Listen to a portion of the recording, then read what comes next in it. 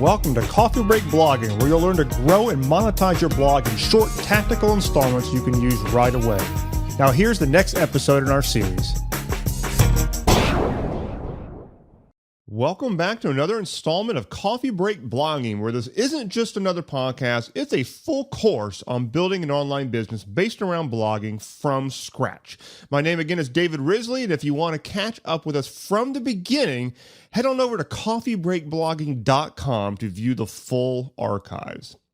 Okay, so we're going to continue talking today about webinars. We actually began a series of episodes about webinars last time, and today we're going to continue on that topic. And the topic that we're going to talk about today is the live webinar versus the pre-recorded, or aka evergreen webinar. Now, just to get the terminology right here, right at the beginning, for people who might be new to this, a live webinar is one that you are delivering. People are there and you're talking to them. And so it's basically just like doing a live event, except that you're doing it electronically over the webinar. Now, the other option here is the pre-recorded or evergreen webinar. And the evergreen webinar is where you've actually pre-recorded the thing and they show up and the event goes off as if it is a live event, except that you already made it. So it's kind of like going to the movies. You have a scheduled time to show up, but obviously it's not a live play. They recorded the movie in advance. So it's very similar to that. Okay. So that's really how the two things work. And we're going to talk about how each of them work here. And then I'm going to talk a little bit about how they compare and kind of which way you might want to go with it. Okay. So let's talk about the live webinar first, because this is definitely the one that most people think of. And in fact, a lot of people, when they're new to webinars, it can be a little daunting to think about the idea of doing one because there's so many moving parts and so much involved. Here's the basic process that goes into doing a live webinar. Now, we're going to go over this at a bird's eye view here, but we'll talk more about details later.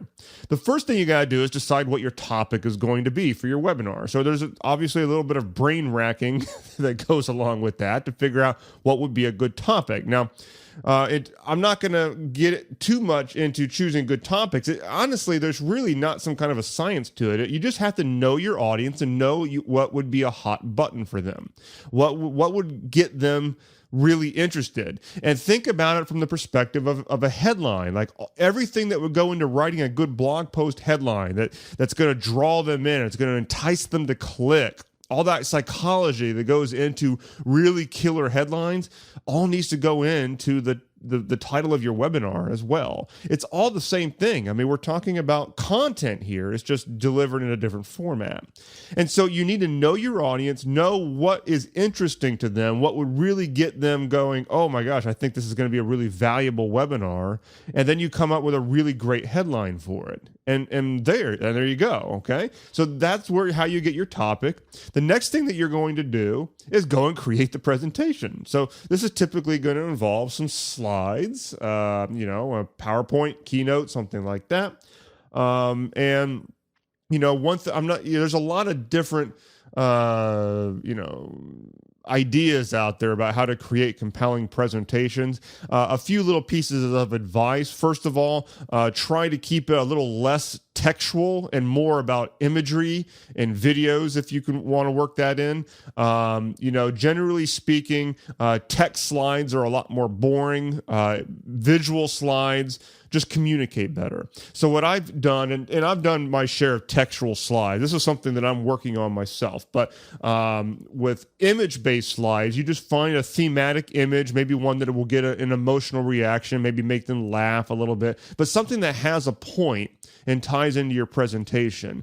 And then you can use a little notes field inside of PowerPoint or Keynote to kind of remind yourself what you were going to say when that image pops up on screen, okay? And by doing that, you're kind of hitting them on two different mediums. You get that visual component, and you also have the audio component. By selecting good images, you can actually really communicate your point this way. The other thing about your presentation is that you want to have a lot of slides. You don't generally want to keep one slide up on the screen for a minute or two or something like that. You want to have a lot more because you want to go quickly through them. You need that image to rotate. Okay. If you've ever noticed modern television or modern movies and see how often they change their camera angles, go watch a reality TV show sometime if you can stand them, because they're quite annoying. But see how often they change the camera angle and bump things around. They do that on purpose, is because of short attention spans. And so the way that you can handle this in your webinars is just to simply have a lot of slides. You probably will have as much as 80 to 100 different slides in your presentation, and you're going to rotate through them. Okay? So that's how that works. Now, once you've created the presentation, and we'll talk about that more in detail a little bit later in another episode, you're probably going to want to run through that presentation a couple of times.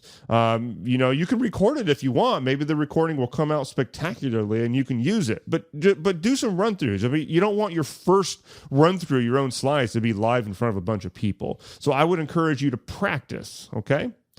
Now, the next thing you need to do if you're going to do this live webinar is you got to set up the logistics for it. You got to go out there and research webinar platforms. Most likely for live, GoToWebinar really is the best game in town. Unfortunately, it's not cheap.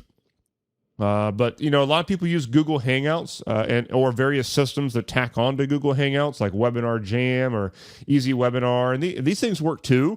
You just got to keep in mind with those types of systems that there is a delay that's fairly significant. I've heard some people say it's about 40 seconds. So if you're doing Q&A or something like that, you need to keep that in mind. It can be a little weird, but you need to deal with those logistics. You got to set up your registration pages, and there's many ways to do that. You can use Lead Pages, Optimize Press. Pretty much any landing page creator out there would create these pages for you. Hook it all up. You're gonna have to put them onto an email list for your registrations. You're gonna probably want to have an autoresponder set up on that list of some kind. And so there's a lot of moving parts there. Not gonna lie. We'll talk more about what those moving parts are coming up on a future episode.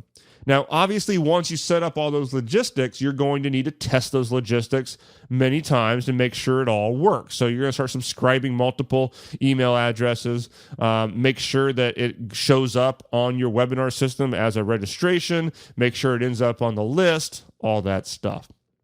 Now, you also need to choose a date and a time for your live webinar. Now, a lot of this is going to depend on your audience as well. Now, you will see a lot of people out there discussing various best times, and I put that in air quotes, best times to do webinars. At the end of the day, there's really not a best time because every audience is different. Now, generally speaking, if you have a group of people who say work during the day, well, if you do a webinar in the middle of the day, it might prove difficult for them. Generally speaking, if you do a webinar on a Monday, you're going to have a lot less people paying attention because they're coming back from the weekend and they're trying to deal with putting out fires that might have come up at their job, whatever. So you'll find a lot of people will tend to do webinars on Tuesdays, Wednesdays, and Thursdays. Fridays is just because people are kind of like wigged out over a stressful week and they just want to chill out and maybe have a beer or something like that. And they're probably not going to be in the mood to hang out with you on your webinar. So, and generally speaking, Fridays are not the best time. Sometimes weekends can work pretty well. Now, again, it all depends on your audience. Who are you trying to reach? Now, when you come up with that date and that time, go ahead and announce it. Now, how are you going to get the word out about this live webinar that you're going to be doing? Well, you're going to obviously use your email list. Now, of course, if you don't have an email list, you might feel, well, that sucks. Well, there are other ways. There is social media. So use your Twitter account, Facebook, any connections that you might have. You could actually plan out a series of maybe guest appearances on people's podcasts. Just basically present yourself as a guest posting. But actually, your most predictable way to do this is using paid advertising, because paid advertising will allow you to place your message right in front of the right people, and you don't need anybody's permission. You don't need anybody's, graces on you to be nice enough to post your stuff. You just do it. You pay for it, and you send it right into your webinar. Now, obviously, if you don't plan on monetizing that webinar with an offer, then I don't know if I would use paid. but at the same time, it's totally up to you. But that's a real predictable way to get it out there. And keep in mind that you are building your list as you do this, because everybody who signs up for your webinar is going to be getting onto your list. Now, you're going to have this lead time before you officially announce the live webinar and when you actually do it. And generally speaking, during those few days that are leading up to your webinar, you want to send out reminders about the webinar. Okay, so you got a couple different things. You got the people who have already registered. You want to you got to keep them engaged, because if they register for a webinar and that webinar is not taking place for about a week or so, well, they're going to kind of lose interest or plain forget about it, and you don't want that to happen. So you're going to have to keep them engaged by sending them some stuff, teasing that webinar, sending them some launch content kind of a thing, and keep them engaged. But then you got the other people who are out there who are not yet registered, and you need to keep hammering them. Okay, that's just what you got to do. If you've got an email list, you're going to probably send out a few different emails all talking about this upcoming webinar. All right. Now, all right. Oh, a funny thing too is generally while you're doing all that, you're probably checking your RSVP count for your webinar like a lot. Like if you log in to GoToWebinar, you're checking out and seeing how that number's going up. You can either be deflated by that or inflated by that. It all depends on what kind of reaction you're getting. This is just some of the little behind the scenes things that always go into doing these live webinars. All right, so let's get to the day of your live webinar. Generally speaking, you're probably going to want to show up a little early, 10 to 15 minutes before showtime. Hop on into that webinar and kind of make sure everything's working, make sure your mic's working. In fact, you probably want to do that earlier. If you've never done a webinar before, you want to, maybe just schedule a webinar for yourself.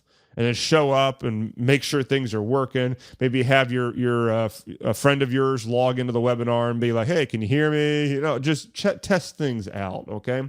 But the day of, show up 10 or 15 minutes early and actually go live before showtime. And that, because you're going to have people who are kind of siphoning in early and they're there for the webinar. And you can greet them by name. You can ask them where they're from. And you're just generally kind of getting them warmed up a little bit here, okay? Now, so this is a really great thing to do. It actually helps engagement throughout your webinar as well. Generally speaking on this, you're either going to be, you're going to probably be a little nervous about how many people are showing up. This is just part of the live webinar experience. You might be surprised how few people show up. These days, probably only about a third of the people who register for a webinar actually show up. It's just kind of the way it works these days. It used to be upwards of about 50%. These days, I'm finding it's more like about 30 to 35. Now, you could do some things to increase attendance rate with the stuff that you do before the webinar, but this is just kind of the numbers, the way they're working. So I don't want you to be deflated by that. Just go for it, okay? Just go for it. All right. So let's move on. You're going to actually now do your presentation just like you practiced before. And it's a live thing. If you screw up or you kind of go or something, I do that on this podcast. Move on with it. It's live. They're not expecting perfection. Just be cool. You're just kind of hanging out with them and you're delivering some value. Okay. Now, if you're going to be making an offer on this webinar, you're going to need to transition into that offer. And sometimes people get a little wigged out on how to make that transition because it's like, now I'm going into sales mode and everything just kind of changes and they kind of clam up. I've done it many times. So it's normal to be nervous about that. I can tell you that your first few webinars are probably going to seem a little awkward when you go back and listen to them. It's totally fine. It's part of the process. You get better at it, okay? The way to get better at webinars is to start doing lots of webinars. Now, at that point, at the end of it, you're generally going to do some Q&A or something like that, and you're going to kind of see what happens. If you made an offer, you're probably going to be sitting there looking at your emails and see if anybody bought. If that kind of thing stresses you out, if you have not, if nobody buys or very few do, and that would actually really affect your ability to be present on the webinar, and you know that, then just don't look at it.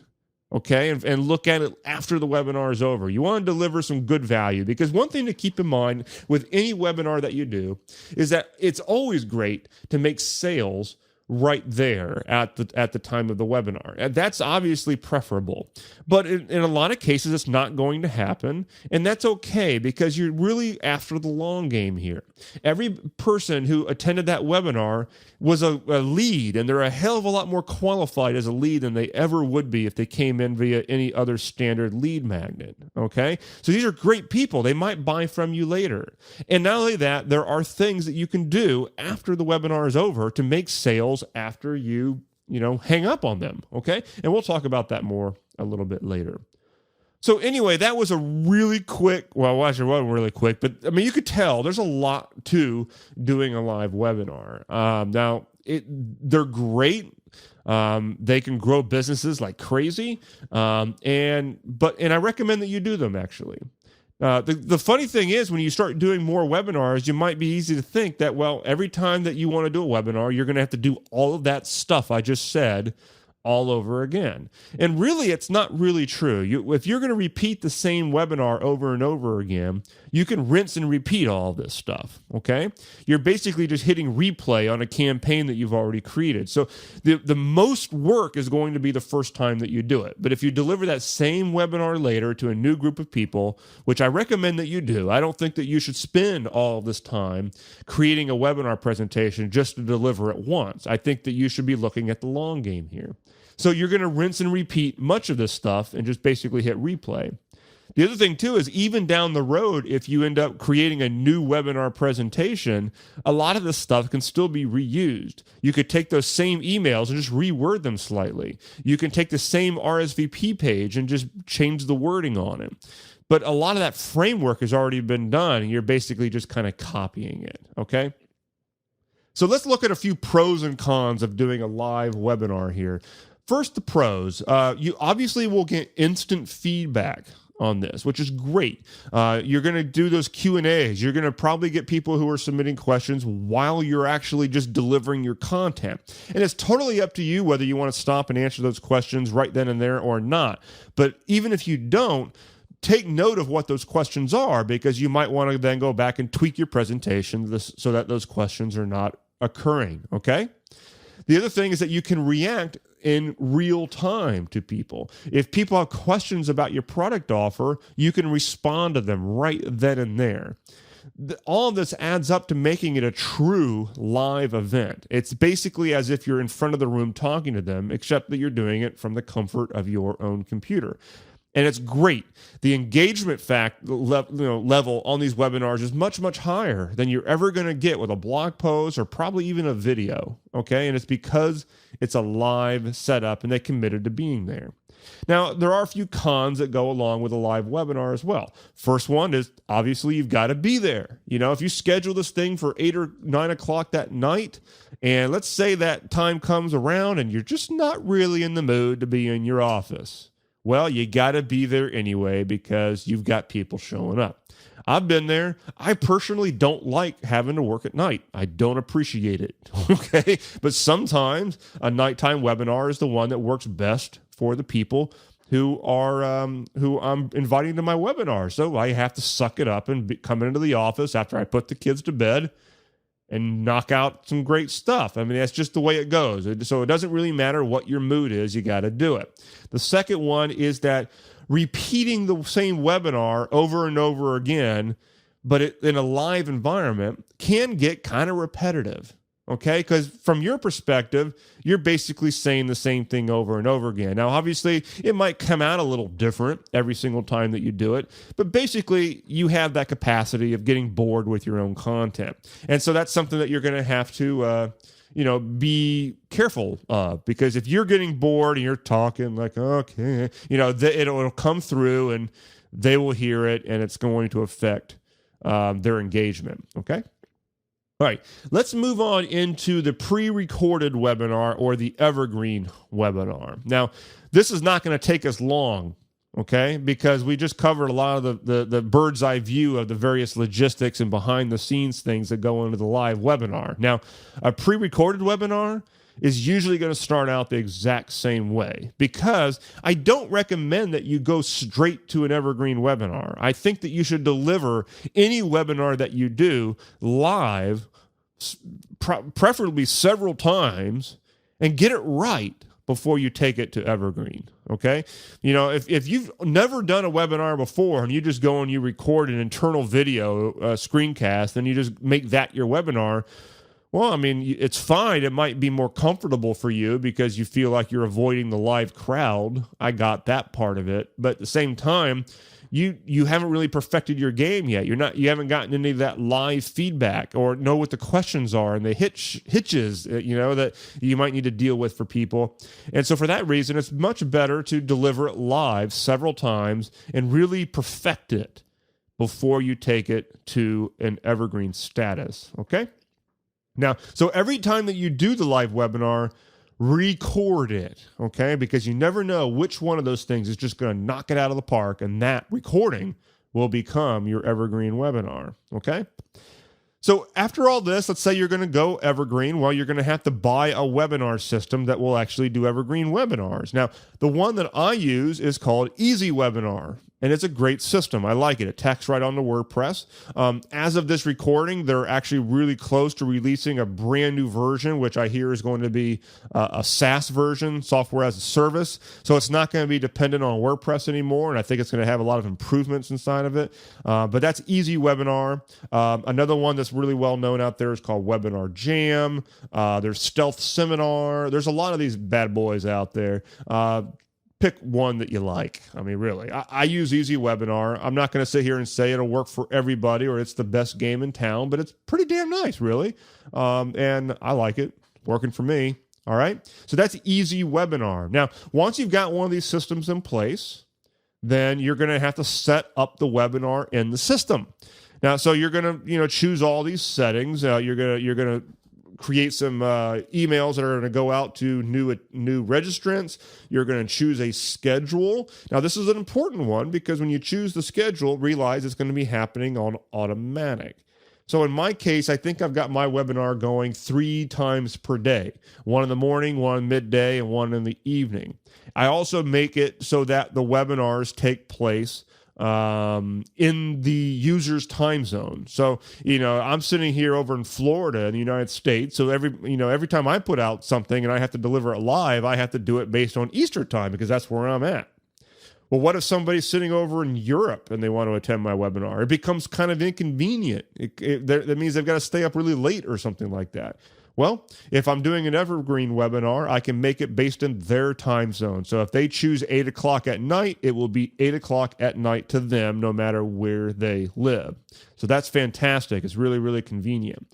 I do recommend that you have at least one of your options for your webinar schedule be very soon after the person actually registers, maybe within an hour. If maybe so, because the thing is, you have people out there who want to take advantage of that instant gratification, and so I think that might be something you want to test out, is having one of your webinar schedule times be really, really quick, like practically right away, and let them go through it. Okay. All right, so when they RSVP for this time slot, the system is going to take care of all of those reminders and everything that we already talked about for the live webinar. It's just in this case, it's all going to happen on automatic, kind of like an autoresponder, okay? So it all takes place relevant to them and also relevant to when they scheduled. The system will keep track of the date and the time that they picked for the webinar, and all the emails and everything will be relevant to that. Okay. Now, when the time comes that they are to show up for the webinar, they're going to show up at the URL that the system gives them. It will be in their browser. It's not going to be in some software program, kind of like GoToWebinar works. It's going to be in their browser, and you can make that page look like a number of different things, but it's going to be basically with an embedded video on it. Okay. Now, here's the thing about this is that some of the cheaper systems out there that do evergreen webinars, it really literally is just an embedded video, and you hit play or maybe it auto plays. And to me, that kind of takes away a lot of the live event nature of it, because they quickly find that they can just pause it, they can move ahead. I'm like, no. there's not much difference between that and going to YouTube. Okay. So a good webinar system will enforce it. Okay. An easy webinar can do this. What I prefer is that when they go there, it will start at the correct time. If they show up early, it will not start yet. It will start automatically at the scheduled time. Even better, even if they show up 5 or 10 minutes late, well, guess what? The video starts to play about 10 minutes into, the presentation. So it is live. I'm basically telling them they've got to be there at that time if they want to see the entire thing. And it is what it is. It's just like a movie. If you go to the movie theater and you're late, well, you just missed the beginning. It's no different. That's the way it is here because I want this to be similar to a live environment. Okay? All right, so the webinar is literally going to go throughout the day, just like this, in their time zones, and you, my friend, are not there. And that's what makes it so fantastic. It's happening all the time. Probably as I'm recording this podcast, I wouldn't be surprised if somebody out there is actually attending my webinar. And that's a really cool thing. And at that point, it all comes down to how do you leverage that? This is the beautiful thing about evergreen webinars is that they're scalable. They can scale up for leverage because it's not depending on you and your schedule and anything that you might have going on. I mean, hell, I like to go camping in my RV. I don't want to be sitting there constantly doing webinars, okay? That's what I love about evergreen webinars. Now, keep in mind with evergreen is that generally they don't convert as well in terms of sales, generally speaking. You can do well with them, but, the average that I've seen and I've also experienced is that it generally doesn't convert quite as well. But the percentages are still pretty damn respectable, okay? And the other thing, too, is that generally you can make up for it with volume because you've got, you're not going to have as many people attending every single display of the webinar, but because it's happening so much, you've got a very scalable funnel there. And so you're going to have more of a steady stream of people going through the webinar rather than these big spurts that you're going to get with a live one. Okay. So you have more volume and therefore it makes up for it. And it's also just plain easier to do.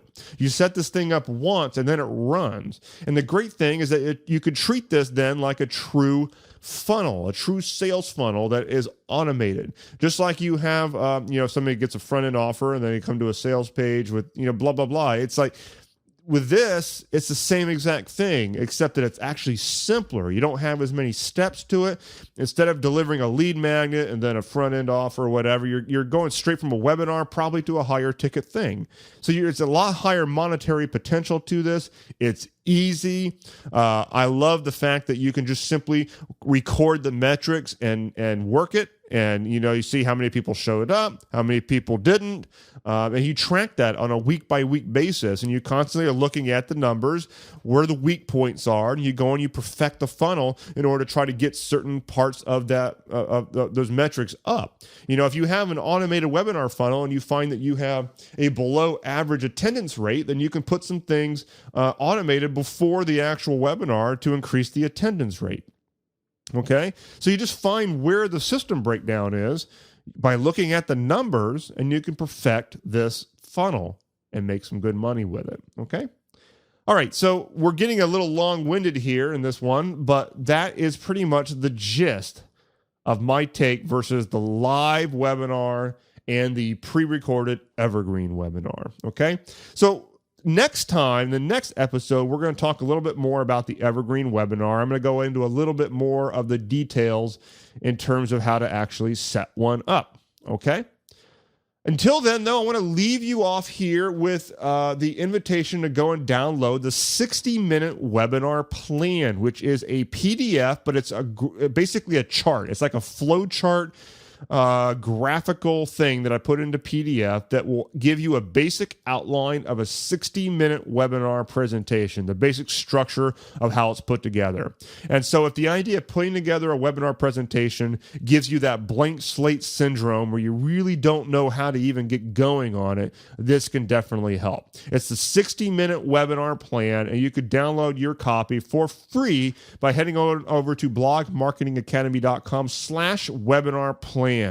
Once again, that's blogmarketingacademy.com/webinar webinar plan. Until then, thanks so much for listening. Hope you found this one valuable. If you haven't gone and reviewed this show in iTunes, I would highly appreciate it, by the way. Just search out Coffee Break Blogging inside of iTunes and post your honest review of the show. Let me know how I'm doing here, and I'd really appreciate that. Okay?